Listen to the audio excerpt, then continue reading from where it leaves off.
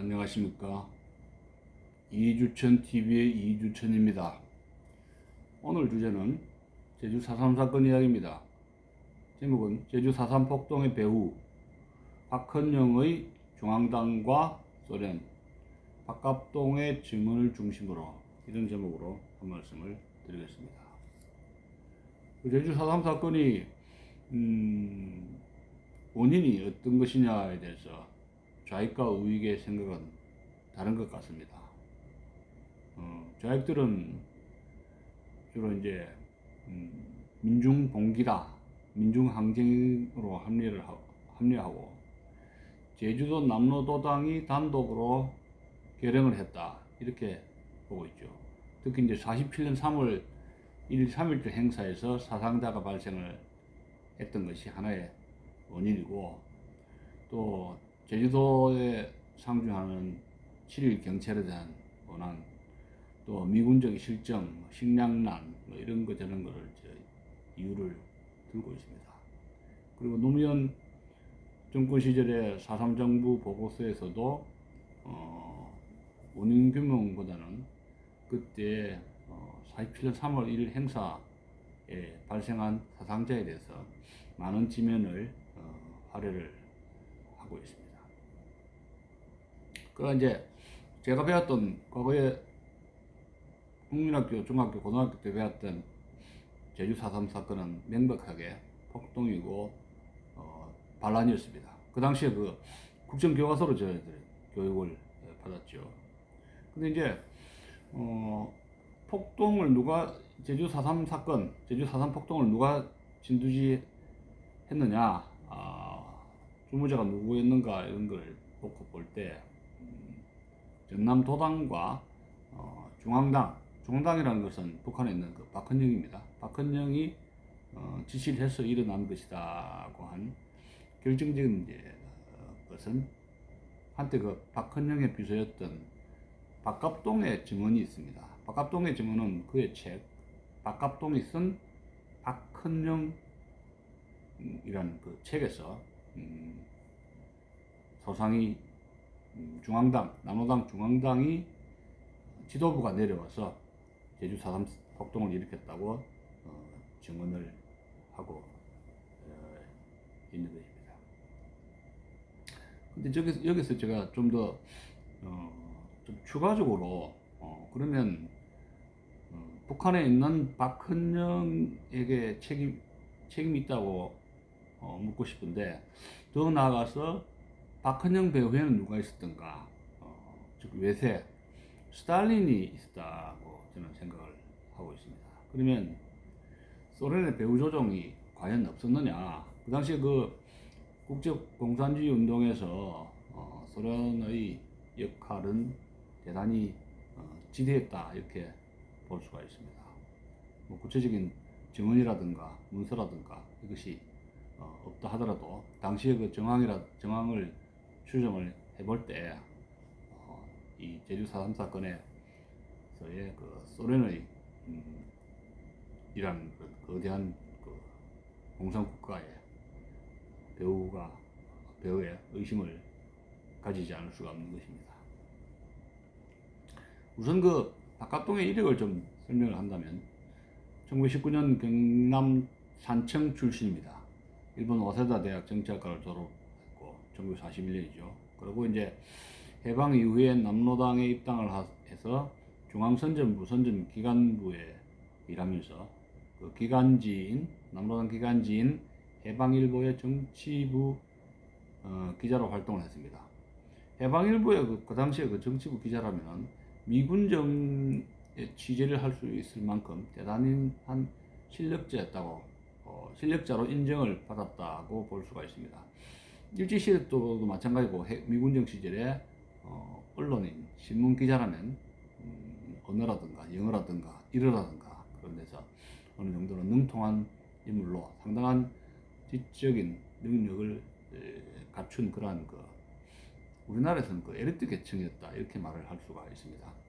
대부분 다 취업을 할 수가 없었기 때문에 머리 좋은 청년들은 주로 언론사에서 취업을 했던 것입니다. 그리고 박헌영은 6.25 직전에 남한남로당이 거의 붕괴 직전에 있을 때 남한남로당 조직 총책의 역할을 했고, 한때는 박헌영의 비서 역할을 했다고 합니다. 6.25 전쟁이 터지자 박갑동은 북한으로 자진 월북을 하게 되고, 거기서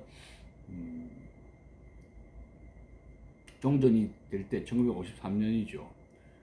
김일성이 6.25 전쟁 패전의 책임을 물어서 박헌영 일당에 대한 남로당 숙청을 전개했을 때 3년 동안 옥살이로 고생을 하다가 중국으로 망명하고 최종적으로는 일본 도쿄에 망명을 했던 것이 1957년이었습니다. 그에 져서 박갑동에 져서 박헌영을 이런 책을 좀 평가를 해본다면은 박헌영에 대한 비판적인 지지를 하고 있는데, 그래도 굉장히 비교적인 객관성을 유지를 하고 있고, 그 해방 이후 공산당원 중에서 가장 엘리트, 공부를 많이 한 엘리트 계층에 속하기 때문에 그의 증언록인 박헌영이라는 책은 역사적 가치가 매우 높은 것이다, 이렇게 말씀을 드릴 수가 있습니다. 자, 그럼 다시 박헌영 이야기를 좀 돌아간다면, 해방 이후에 박헌영은 제가 지난번에도 이야기했지만 일제 때 광주에 내려가서 벽돌 공장에 위장 취업을 한 상태에서 해방을 맞이했다가 서울로 돌아왔다는 말씀을 드렸습니다. 1945년 8월 15일 해방 이후부터 1946년 9월 5일 북한으로 탈출할 때까지 박헌영은 세 가지 좌절을 경험하게 됩니다. 첫 번째 좌절은 조선인민공화국을 세웠다가 그것이 유명무실하게 유령단체화 되면서 좌절을 겪었던 것이죠. 1945년 9월 6일 건준을 정부화시켜가지고 이승만 박사를 주석으로 초대해서 어떻게 이제 내각을 짜볼라 했지만 이승만 박사가 이런 지하에 거절을 하고 결국은 조선인민공화국은 그렇게 유명무실한 단체, 유령단체화 되었고, 또 박헌영은 조공을 통해서 처음에는 45년 12월이죠. 모스크바 삼상회의에서 한국을 신탁 통치한다는 결정이 났을 때 다른 우익단체와 더불어 맹렬하게 반탁운동을 했지만, 그가 45년 12월에 비밀리에 평양을 방문하고 난 뒤에 소련의 지령을 받고 반탁에서 친탁으로 급선회 하면서 민중의 지지를 상실했던 겁니다. 그래서 찬탁운동이 실패하는 두 번째 좌절을 맛보게 되었던 겁니다. 세 번째는 46년 봄에 있었던 소위 그 유명한 정판서 위패 사건입니다. 위조 지폐를 찍어낸 것이죠. 정치 자금을 마련하기 위해서였다고 할 수가 있는데, 이 정판서 위패 사건이 터지면서 미군정은 조선 공산당을 불법화하고 지하로 잠복을 하고 드디어 박헌영 일당의 체포령을 내리게 되었던 것이죠. 그래서 박헌영은 해방 전국에서 이승만, 송진우, 또 김규식, 여운형 이런 인물과 맞짱을 뜨면서 한번 전국의 주도권을 장악하려 했지만 여의치 못하고 세 가지 커다란 좌절을 맛보면서 9월 5일 북한으로 탈출을 했던 것입니다. 박헌영의 서울 탈출기에 대해서는 박갑동의 박헌영 책에 대단히 소상히 쓰여 있습니다. 그 내용을 좀 더 제가 소개를 한다면, 박헌영은 장의차에 들어누워 죽은 것처럼 위장하여 38선 이북으로 도망쳤다고 기록을 하고 있는데, 그걸 좀 약간 소개해 드리겠습니다. 9월 5일 친민당의 백남훈과 공산당 내의 친김일성 파들이 여운형의 입원실에 모여 발표한 것은 박헌영계 등 공산당 일부가 추진하는 남로당에 반대하는 3당의 유지가 모여 따로 신당을 만든다는 것이었다. 이때 이들은 신당의 성격은 인민대중의 정당으로 중간 인사를 폭넓게 포섭하고 미소 공동위원회의 속개를 추진하고 입법기관을 지지한다는 것이라고 발표했다. 이렇게 해서 출연한 정당이 사회노동당이다. 이날 반 박헌영파들이 사회노동당 결성을 서두른 것은 곧 박헌영이 미군정에 체포된다는 것을 알고 있었기 때문인 듯하다.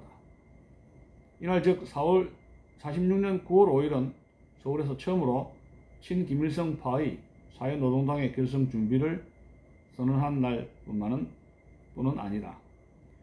서울의 모든 정치적 관심이 사회노동당 결사에 집중되어 있을 때 한 대의 연구차가 서울을 벗어나고 있었다.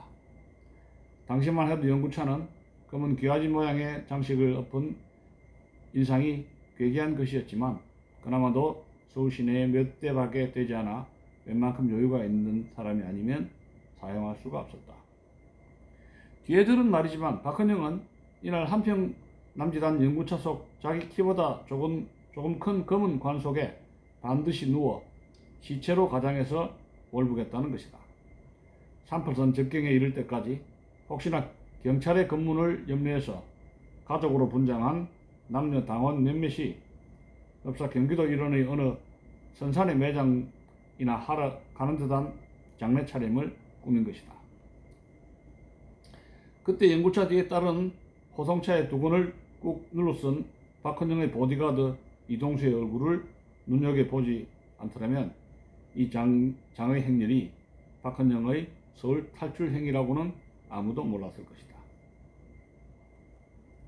이 행렬에 뽑힌 5명의 호위원은 공산당 내에서 엄선된 일당 100의 행동대원들이었다. 당시 공산당의 정보망에는 미군정이 박헌영, 이주화, 이강국 등 3명에 대한 체포령을 곧 내릴 것이라는 특급 정보가 날아들었다.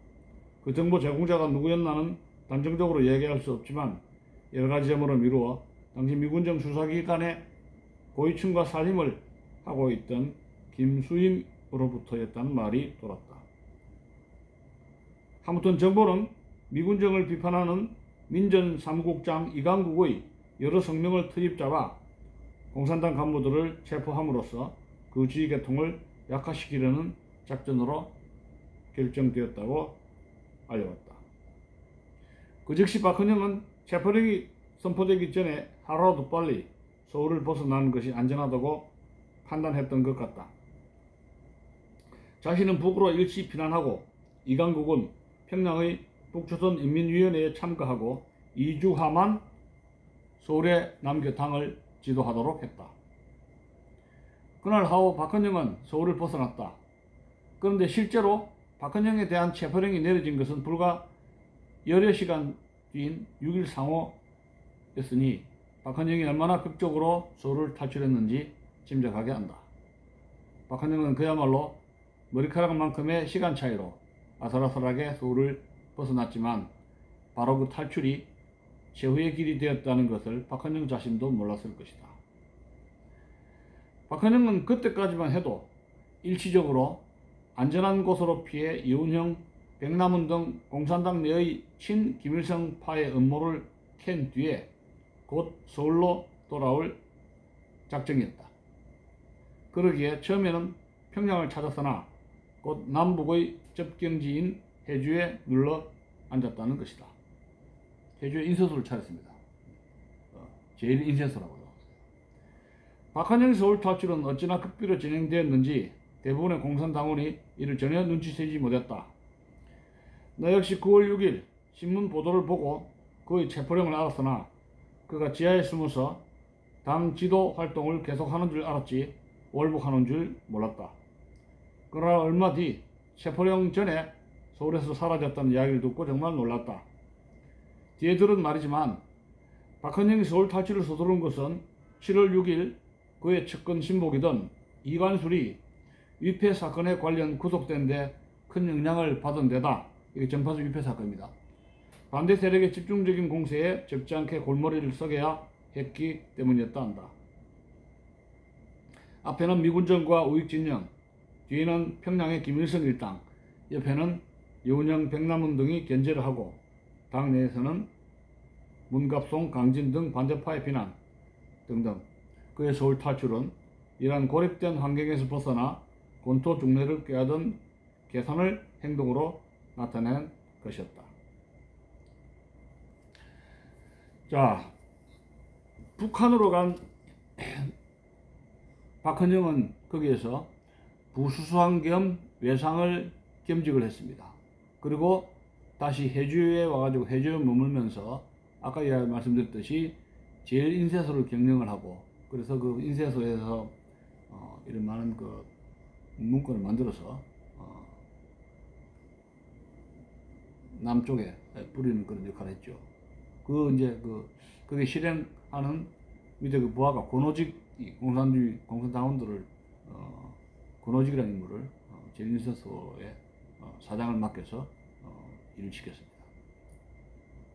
그리고 북한에 있는 박헌영은 46년 그해 11월 23일부터 24일 양일에 걸쳐서 남한에 있는 공산계열의 그룹들 합당을 추진하죠. 박헌영이 총비서로 있었던 조선공산당과 그리고 백남훈이 장악한 신민당, 그 다음에 여운형이 장악한 인민당에 합당을 해서 남조선 노동당, 즉 남노당으로 합당을 하게 되는데, 명색이 3당 합당하지만 주로 신민당, 인민당계 쪽에는 친박헌영계 그룹을 끌고 모아가지고 말하자면 그 이름만 바뀌었지, 박헌영계 세력이 주도권을 장악하면서 남노당, 남조선 노동당이 결성이 된 겁니다. 이런 3당 합당을 하라고 한 것도 소련이 계속 당을 하나로 합치라고, 합당을 하라 해가지고 소련의 압력이 굉장히 심했다 하는 점입니다. 근데 이와 반해서 박헌영에 반대하는 세력들, 공산주의 세력들이죠.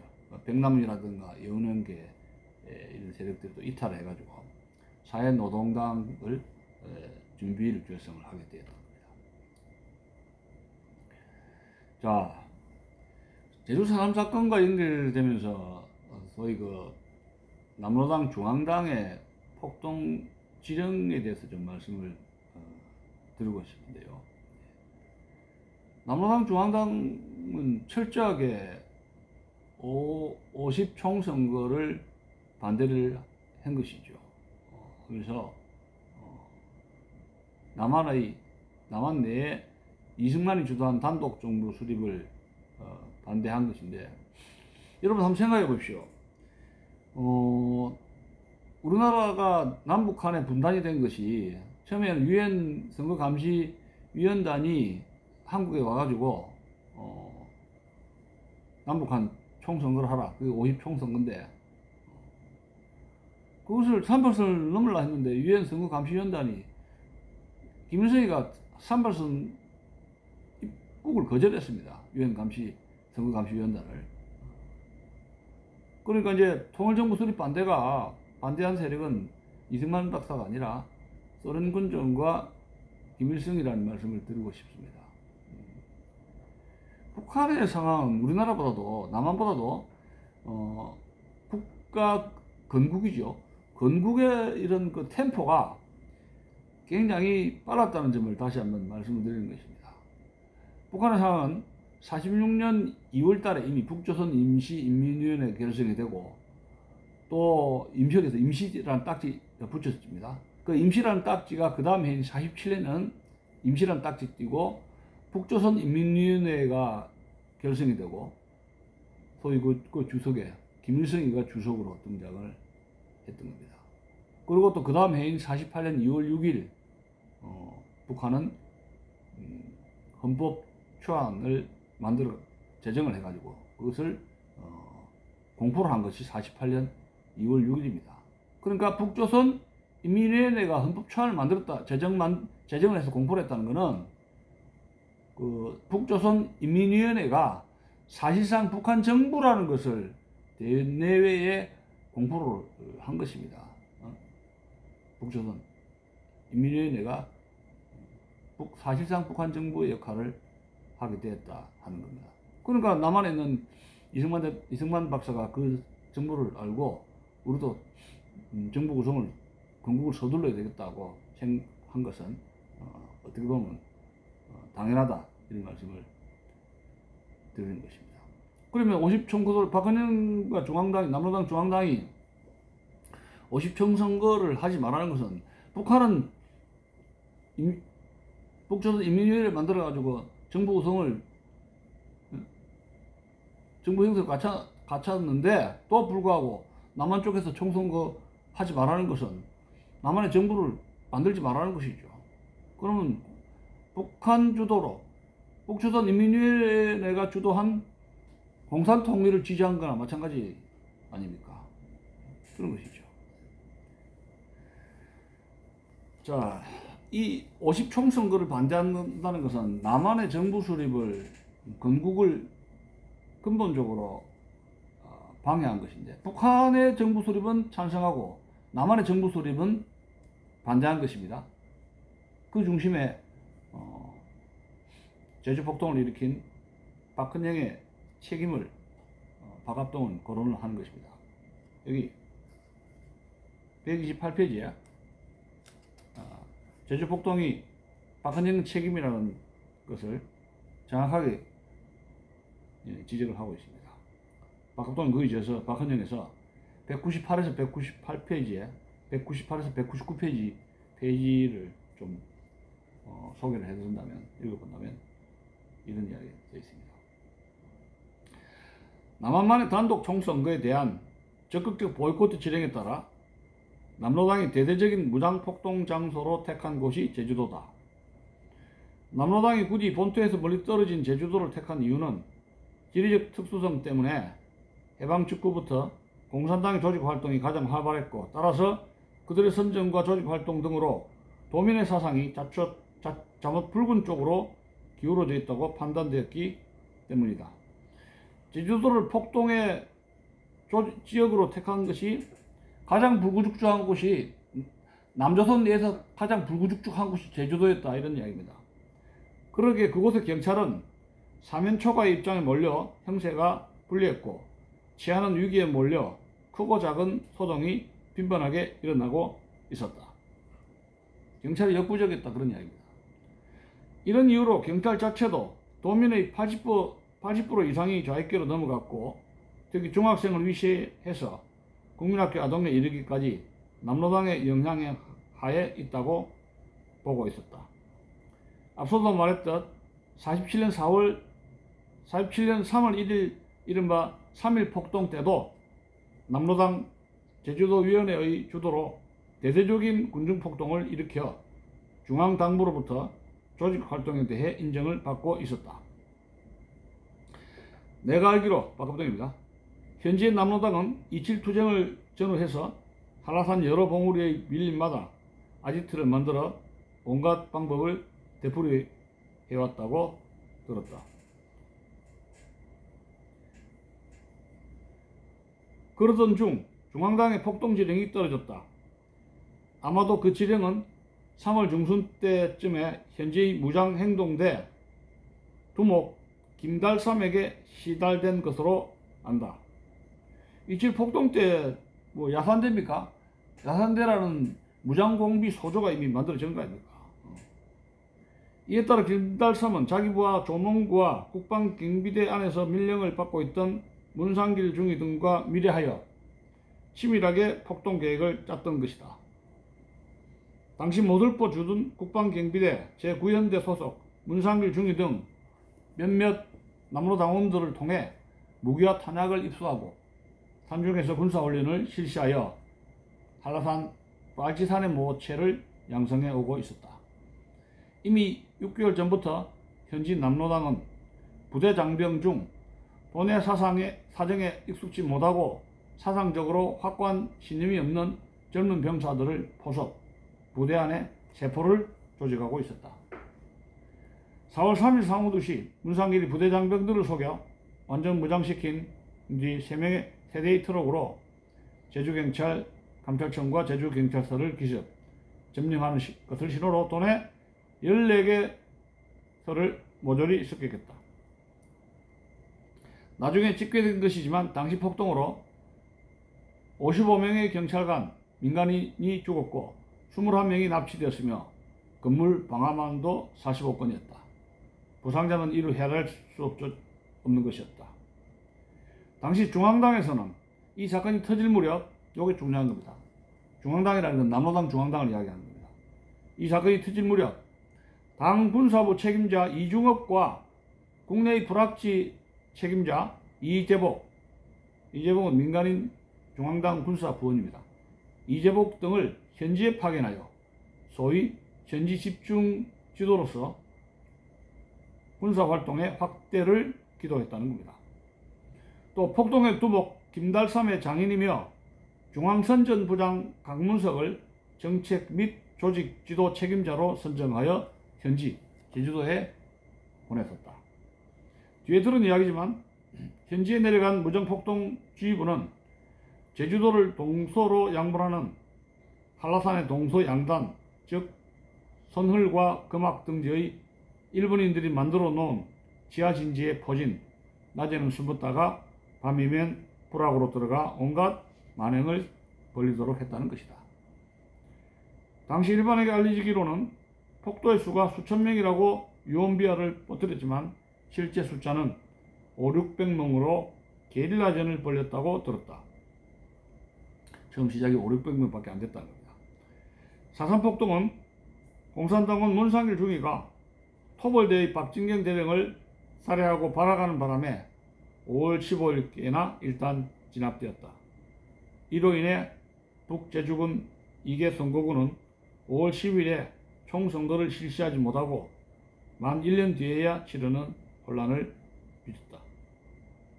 처음 국방경비대에 의한 폭동의 진압이 예정대로 잘 진척되지 않은 것은 토벌대의 지휘관 박진경 대령이 부하인 문중위 등에 의하여 살해되는 사고가 일어나서 오래 끌게 된 것이다.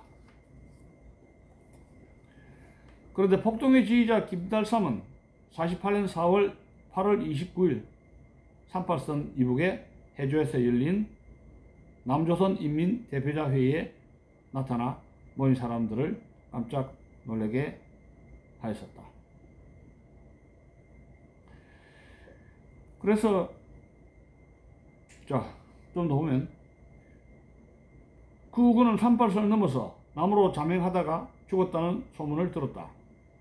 전적폭동은 한라산을 근거지로 하여 1년이나 계속하여 5월 10일의 총선거에 있어서도 북제주 선거구에서는 투표를 불가능하게 하였다. 그래서 박합동은 그의 저서에서 남한만의 단독 총선거에 대한 적극적인 보이콧 지령에 따라서 남로당의 무장폭동 장소를 택한 것이 제주도라고 주장을 하고 있고, 남로당의 중앙당 지도부가 제주도에 파견되어 남로당의 제주폭동을 일으켰다고 말하고 있는 겁니다. 그건 왜냐하면 그 남로당의 중앙당의 핵심 요원인 이중업, 이재복, 그 다음에 강문석, 이런 핵심 요원 세 사람을 현지에 파견해가지고 폭동을 지도하도록 했다는 것이 하고 박폭동을 주장을 하고 있는 것입니다. 자, 그러면 이제 그 소련이 제주 4.3의 배후에 있었는가, 이런 의혹에 대해서 좀 한 말씀을 좀 드리고 싶은데요.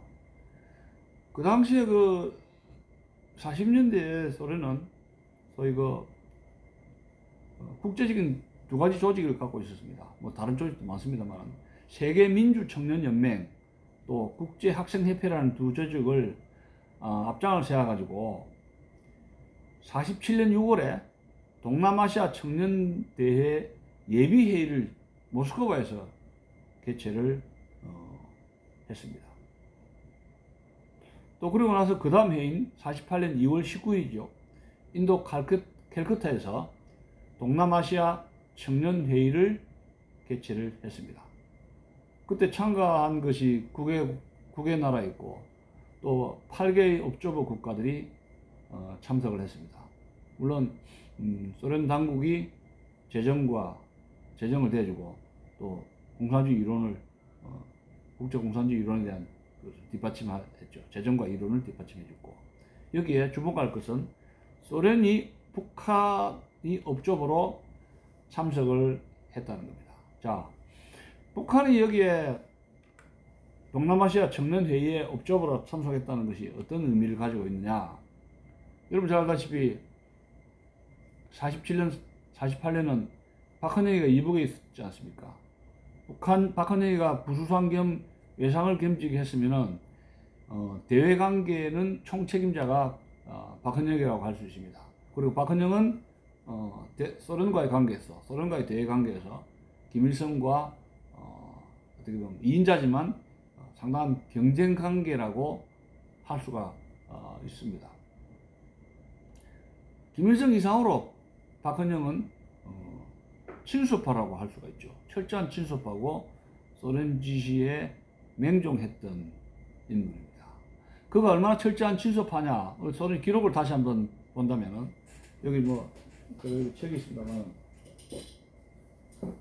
박헌영 평전에 지난번에서도 몇 차례 걸쳐 유튜브를 방송했었죠. 근데 소련을 유학했지 않습니까? 소련을 망명한 것이 1928년 11월 5일에 모스크바를 갔죠. 그 주세지국하고 두만강을 건너가지고 주세지국가 임신한 몸을 안고 블라디보스토크 쪽으로 해가지고 소련 망명을 했고, 모스크바에 도달한 것이 1928년 11월 5일입니다. 거기서 일경한테 체포돼가지고 모진 고문도 당하고 이러다가 이슬은 대변도 먹고 했다고 그러는데, 미친 정신병자 흉내는 가장을 하기 위해서 자기 그 벽에 똥까지 바르고 똥까지 먹었다고 그러지 않습니까? 소련을 망명한 박헌영은 거기에서 국제 레닌 학교에 등록을 입학을 하게 했던 겁니다. 국제 레닌 학교라는 것은 그 당시에 그 외국인들, 공산주의자들 중에서 아주 그 최고의 학교였습니다. 외국인 학교였죠. 1929년 1월 18일 입학 허가를 받아가지고 31년 12월까지 있으니까 2년 동안 국제 레닌 학교에서 아마 그 영어로 수업을 했던가 봐요. 공산주의 교육을 받았습니다. 소련에서 가장 인류 에리트 학교였다고 볼 수가 있습니다. 외국인 학교였다고 볼 수가 있습니다. 그래서 이제 상해로 갔다가 또 해방 이후에는 45년 8월부터 46년 9월 정마트 사건으로 해서 장애행위를 가장해가지고 시체로 가장해가지고 북으로 도주할 때까지는 서울에 있는 소련 영사관에 자주 출입하면서 자금이라든가 지침을 수령받고 또 남한의 정보도 제공하는 그런 역할을 했던 것이죠. 철저한 친소파였다고 할 수가 있습니다.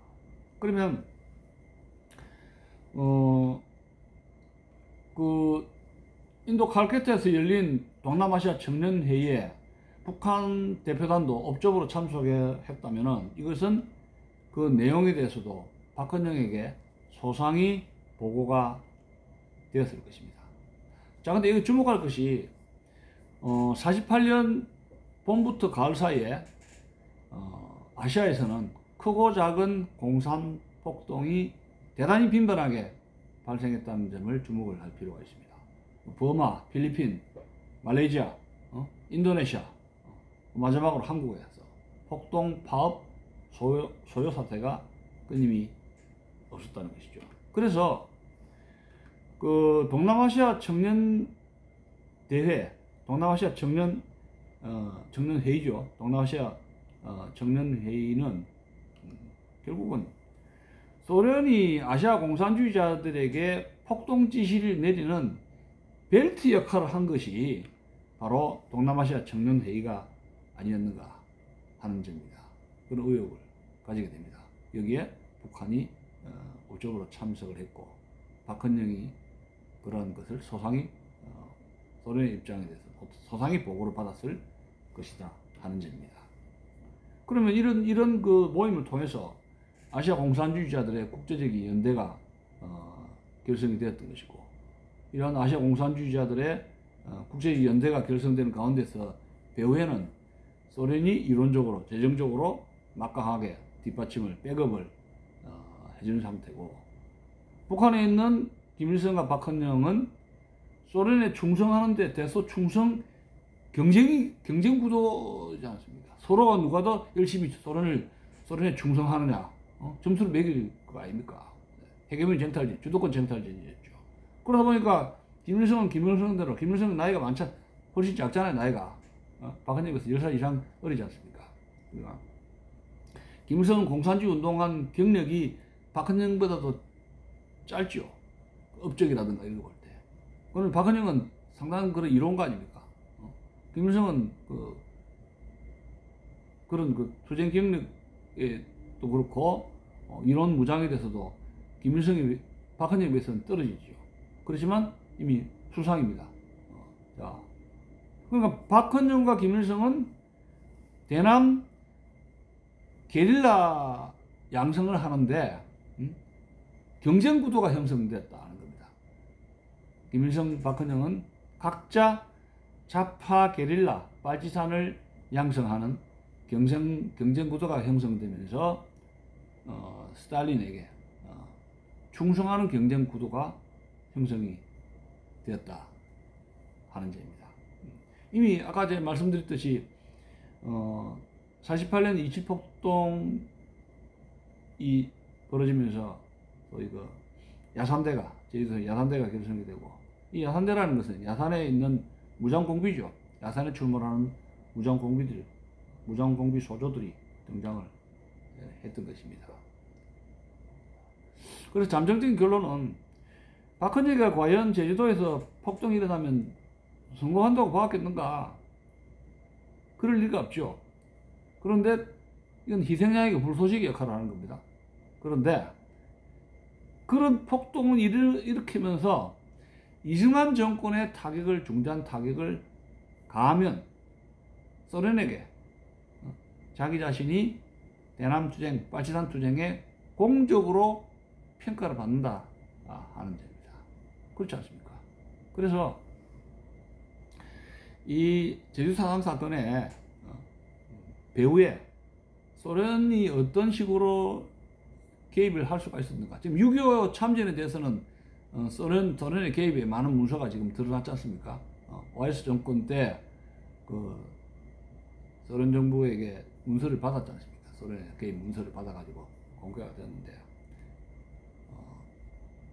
해방 이후 45년부터 더 넓게는 6.25 전쟁까지 소련이 동아시아에서의 공산주의 운동의 배후에 어떠한 역할을 구체적으로 했는가에 대해서 자금 문제라든가 어떤 이론적인 거라든가 어떤 요원이 파견돼 가지고 코치를 한 거라든가 조직 관리한 거라든가 이런 국제 공산주의 아시아에서의 국제 공산주의 운동에서 어떤 배후에 소련이 어떻게 구체적으로 역할을 했는가 하는 그런 물증, 구체적 자료의 확보가 숙제로 남게 된다, 이런 말씀을 드리는 것입니다. 오늘 이야기는 여기까지 하겠습니다. 감사합니다.